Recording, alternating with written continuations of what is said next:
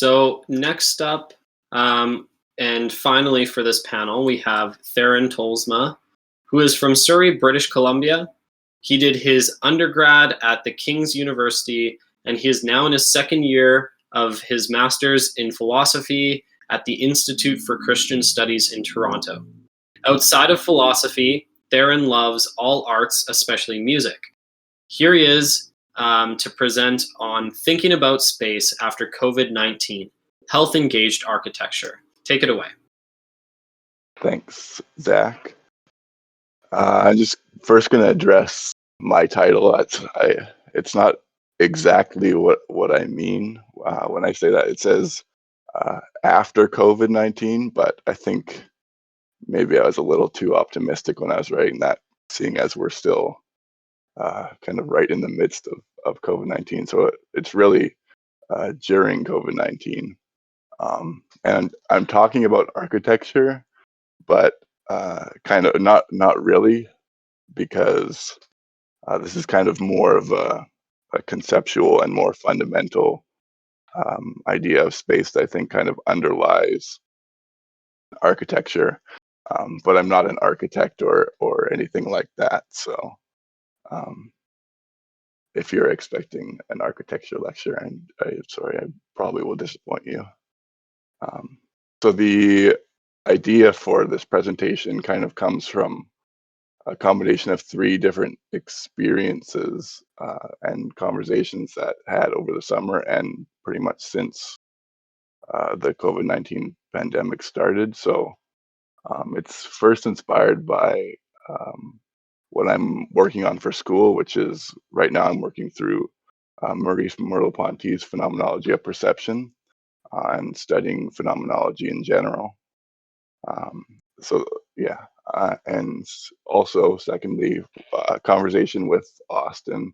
Austin brought up the idea of how architecture would change, what I think is a really brilliant point that most people don't think about. I don't think so. That really kind of inspired me to look deeper into it from a philosophical perspective. And thinking about space. And when I say space, I'm not talking about outer space or anything like that, but just spaces like architectural spaces and a more fundamental concept of space.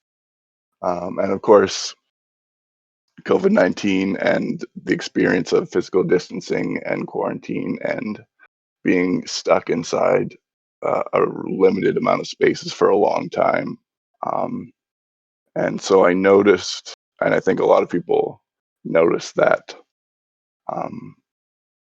being in space is kind of, it has an effect on us. So I was looking into asking the question why and how do spaces affect us? So having to worry about being restricted by spatial health restrictions, so physical distancing, affect me on a deeper level than simply geographically. So it's more than just I'm in a space. It affects us. So being quarantined, restricted to few spaces has a variety of effects, or has more meaning beyond this kind of objective place that I'm in. So a few examples. So it affects me socially, dietarily, and I think one of the most important parts is affecting mental health. In protecting our physical health, it can damage or have negative effects on our mental health. So the question is, why? Why does being in certain spaces affect us in this way? And it doesn't make a difference what space we are in. So somehow being in a space affects us. Space must, in some sense, then be meaningful.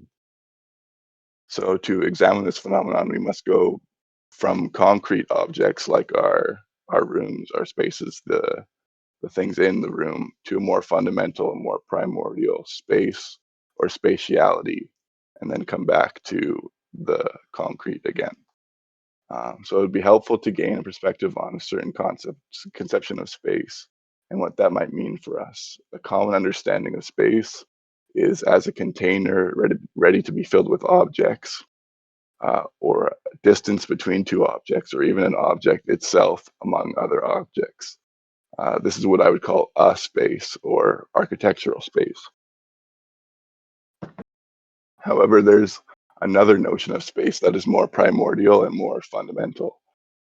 Merleau-Ponty defines this type of space as in phenomenology of perception as quote, neither an object nor an act of connecting, but this by the subject. One can neither observe it, given that it is presupposed in every observation, nor see it emerging from a constitutive operation, given that it is of its essence to be already constituted. And this is how space can magically bestow upon the landscape its spatial determinations without itself ever appearing. So this alternative type of space is not a container or an area, but rather the precondition for understanding the world. Merleau-Ponty space is a condition of possibility for architectural space. Is what allows for a complex network of relations in which meaningful things appear and exist in connection to our perception of those things. Space is a precondition for thought, and it's called spatiality. Space under the concept of spatiality is always at once relative to our perception of it, while also one of the very conditions for which perception is possible. From space as spatiality, we come to understand space as architectural space. Architectural space is not cut off from us, rather is an extension of our bodies, of ourselves. We only know space through our bodies, through our perception. We can never get outside of our bodies to view objectively this notion of space, for it is a precondition of this very viewing. The idea of the view from nowhere or the view from everywhere, which is essentially the same thing, is impossible.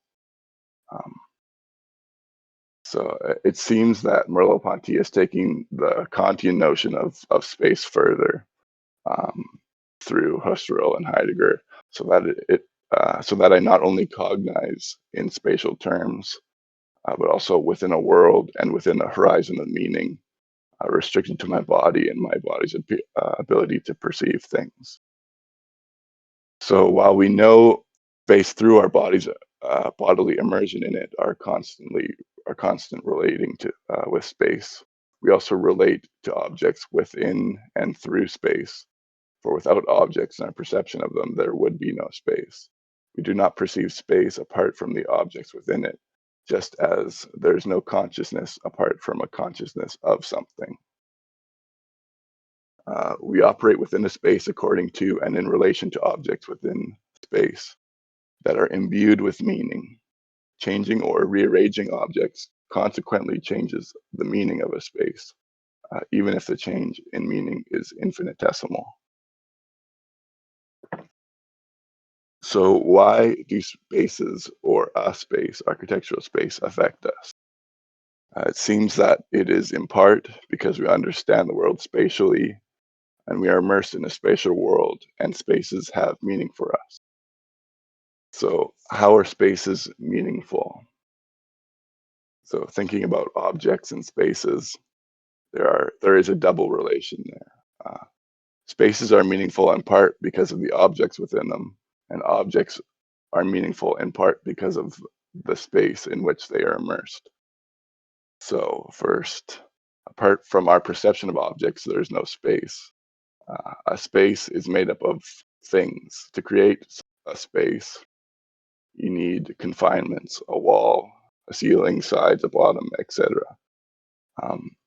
When put into existence, these things will inevitably be meaningful in some way. A wall has an appearance, paint or no paint, and the color of the paint has a different meaning. A blue painted wall is going to be different than a red painted wall or white. And wall has drywall or it's made up of something, drywall or brick.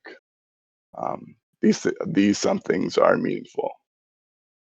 On the other side, the meaning of an object is dependent on its space or its location in relation to yourself or other objects. If an object is in an unusual space, it will mean something different than if it is in its usual space. So a light bulb on the floor in the middle of a bathroom has a different meaning or will incite a different response from us than it would if it was in its normal place in a light fixture. And this is kind of a Heideggerian notion of present to hand versus ready to hand, where you don't really examine objects if they're working properly. You just kind of pick it up and use it. As soon as it stops working properly, then you have to kind of take this more objective view and see what the problem is. So the location, as another example of this, affects the object and ourselves, and the object has a different meaning according to its location. Or another example, if you saw your mother while walking or taking a solo trip traveling in Russia, you might not recognize her because she would be out of place. Although I don't recommend traveling abroad right now or forgetting your mother's face for that matter. So basically, our perception of objects depends on the space that they're in. So space, the object and space relation affects us in some way and affects the object in the space. So there's this three parts that are kind of interrelated.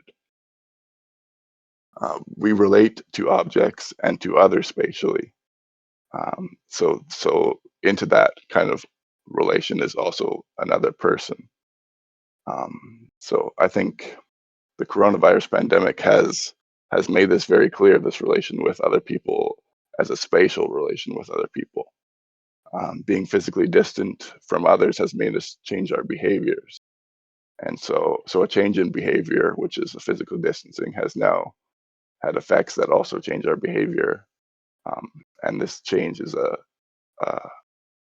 spatial change. So being 2 meters away from someone, the space in between us is meaningful. It has an impact on us.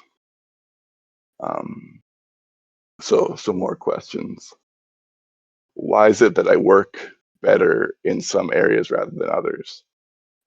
I ask myself this. Or why do different rooms seem to have different moods?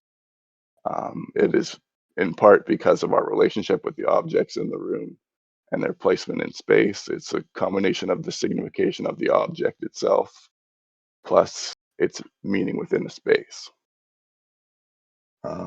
So another way to describe this would be to say that spaces are expressive.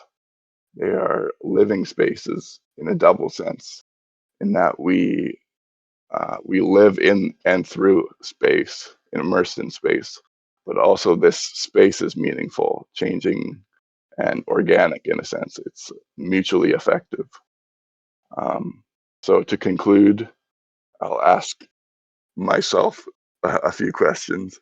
How can a change in the way we think about space positively affect our physical and mental health? So I think especially I respond to this question thinking ethically. So a change in thinking about our relation to space and other people's relation to space, knowing that it changes and knowing that it affects people, you might be more open to the other and be more aware of the effect that it has on other people, and especially in regarding mental health. That you'll be more open to finding ways to find spaces that will be healthy for people, for other people, and for yourself. And it's a matter of learning about yourself. And another question: how is a change in thought conducive to practical changes in our living space I think that's sort of the same thing. When you realize that you're not being productive in a certain space, or you've been in a single space all day, in a single room all day, and you feel depressed, or you feel like you don't have motivation to do anything, um, it is, I think, in part because of the way that certain spaces have an effect on us, and changing spaces can affect us. And so, yeah, I think that's it for me. Thanks for listening. Awesome. Thank you so much, Theron. That was amazing.